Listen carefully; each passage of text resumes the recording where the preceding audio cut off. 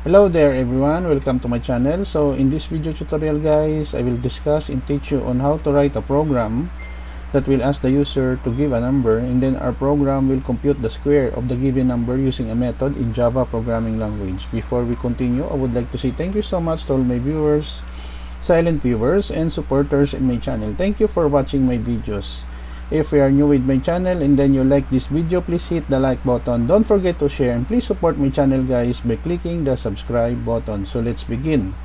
You may click the notification bell so that you will be notified with my newly uploaded video. Okay, so we have here import Java util scanner for input output. We have here the public main class, the starting class now when we run our Java program begin. And then I have here a method static int square underscore number int val number, our passing parameter. And then using the return statement, we have here val underscore number multiplied by itself, and then we close. So public static void main, it is the starting point now when we run our Java program. Scanner scan scanner new. We are creating an object here scan because of the Java util scanner library file for input output. System out point print line, the title of our program, \t square a number using method in Java. New line, in this line of code we are asking the user to give a number that will be stored in our variable number, which has a data type of integer.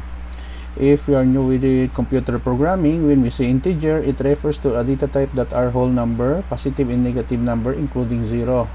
And then we close a scanner. Here in this line of code we have a simple comment, calculate square using a method in square, another variable that we declare, equals calling the method square underscore number, and then we pass the value of number.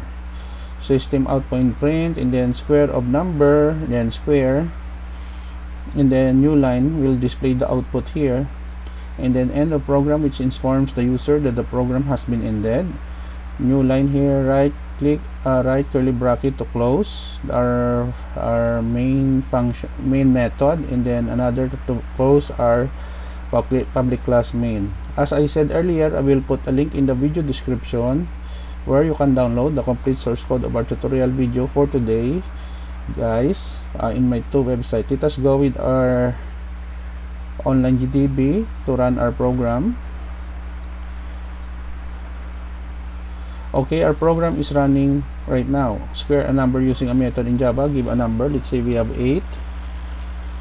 Square of 8 is 64, end of program. Let us run again for the second time around. Let's say we have 5.